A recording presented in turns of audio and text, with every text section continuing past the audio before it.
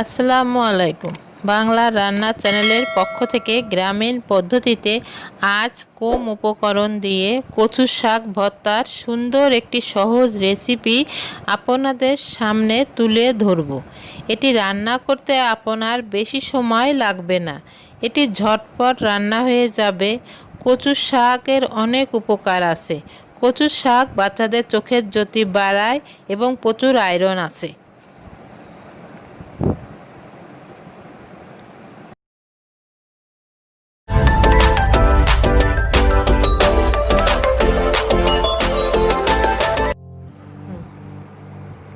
আমি বাজার থেকে সুন্দর কচি কচু শাক কিনে নিয়ে এসেছি। এটি ডাটা ফেলে দিয়ে শুধু পাতাগুলো নিয়েছি। এটি শুধু পাতারই ভর্তা।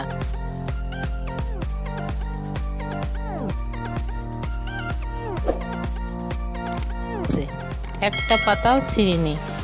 কচু শাক ছিঁড়লে নাকি গলা ধরে, এই জন্য সবগুলো পাতায় আসতো। পাতাগুলো একটা একটা করে বেছে নিয়েছি। এরপর একটা বড় রসুন কোয়া করে খুলে নিয়েছি।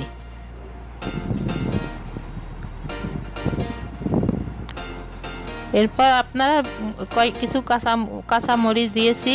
মরিচগুলো আপনারা ঝাল আপনাদের কমও দিতে পারেন, বেশিও দিতে পারেন।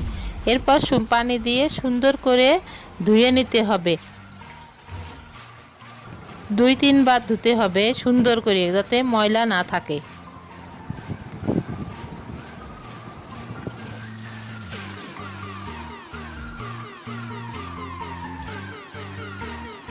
দুই তিনবার ধুতে হবে। শাকগুলো একটা একটা করে বেছে সুন্দর করে ধুতে হবে, তাতে পোকা থাকতে পারে। অনেক সময় কচুর পাতায় অনেক পোকা থাকে, এই জন্য সুন্দর করে ধুয়ে ঝাঁঝরিতে পাতাগুলো পানি করে তুলে ফেলতে হবে।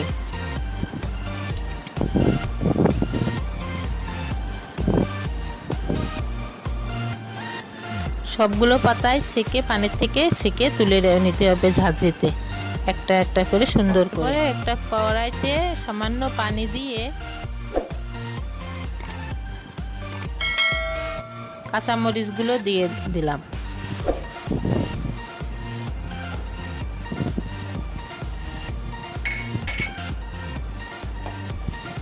এরপর রসুনের কোয়াগুলো দিয়ে দিচ্ছি সিদ্ধ হওয়ার জন্য।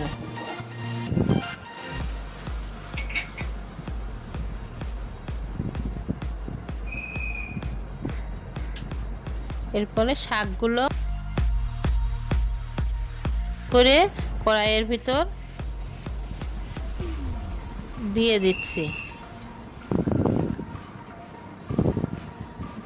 সবগুলো শাকই সুন্দর করে গুছিয়ে কড়াইতে দিচ্ছি। চারপাশ থেকে সুন্দর করে গুছিয়ে দিচ্ছি। দিয়ে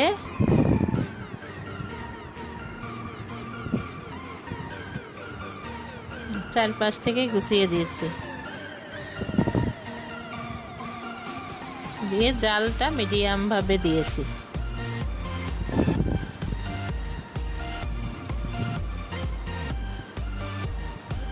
জালটা মিডিয়াম আছে মিডিয়াম ভাবে দিয়েছি। এরপর ঢাকনা দিয়ে সুন্দর করে ঢেকে দিচ্ছি। ঢাকনা দিয়ে সুন্দর করে ঢেকে দিচ্ছি 10 মিনিটের জন্য। 10 মিনিট পর আবার খুলে দেখছি পানি শুকিয়ে গেছে। পানি শুকিয়ে পাতাগুলো কড়াইয়ের সাথে লেগে গেছে। এটাগুলো কি করে সুন্দর করে চারপাশ থেকে ছাড়িয়ে নিচ্ছি। সেদ্ধ এখনো হয়নি, আর একটু বাকি আছে।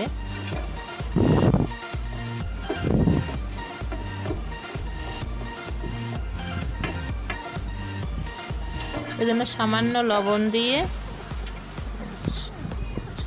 লবণ দিয়ে আবার 5 মিনিটের জন্য ঢেকে দিলাম এবং জালটা কমিয়ে দিলাম। 5 মিনিট পরে ঢাকনাটা খুলে দেখি এবার সিদ্ধ হয়ে গেছে। কচুর শাকগুলো সুন্দরভাবে সিদ্ধ হয়েছে। দেখেন এবার কচুর শাকগুলো সুন্দরভাবে সিদ্ধ হয়ে গেছে।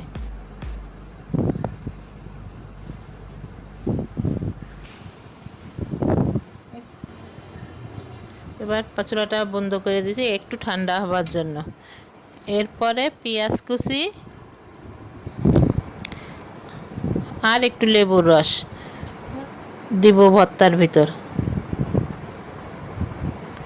পেঁয়াজ মরিচ রসুন আর পেঁয়াজ একসাথে একটু লবণ দিয়ে ভালোভাবে চটকিয়ে নিতে হবে।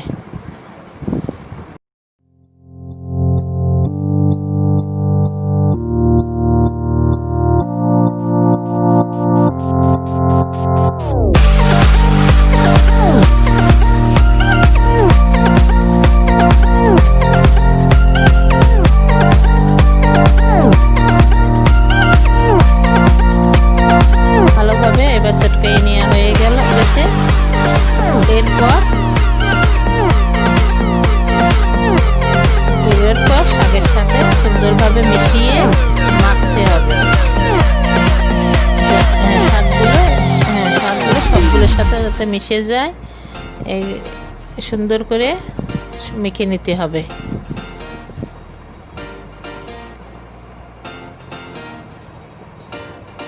সুন্দরভাবে শাকগুলো মাখবেন যাতে শাকগুলো আস্ত না থাকে। সুন্দর পেঁয়াজ মরিচ রসুনগুলো সুন্দরভাবে সিদ্ধ হয়ে গেছে। এগুলো মেখে এরপর লেবুর রস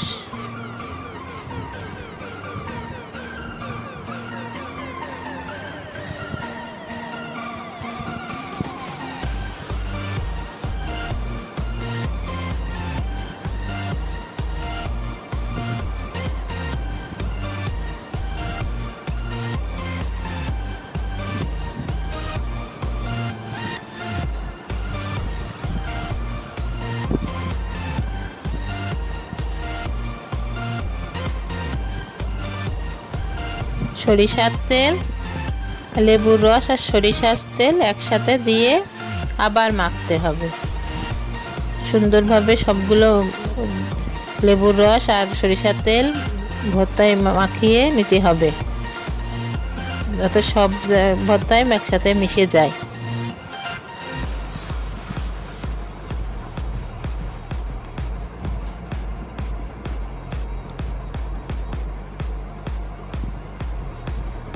এবার একটু লবণ দেখতে হবে। আমার ভর্তা আর একটু লবণ লাগবে, তাই একটু লবণ দিয়ে আবার মাখছি। লবণটা যাতে সব জায়গায় মিশে যেতে চাই সেই জন্য আবার মেখে আর একটু সরিষার তেল দিতে হবে।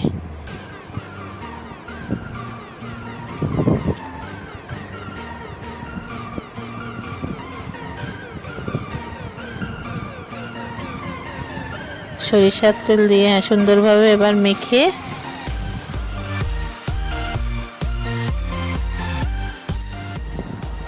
এবার একটি অন্য প্লেটে ঢেলে গার্নিশিংয়ের জন্য এক টুকরা লেবু এবং 2টা কাঁচামরিচ দিয়ে সাজিয়ে নিয়েছি। ভিডিওটি ভালো লাগলে বাসায় অবশ্যই ট্রাই করবে।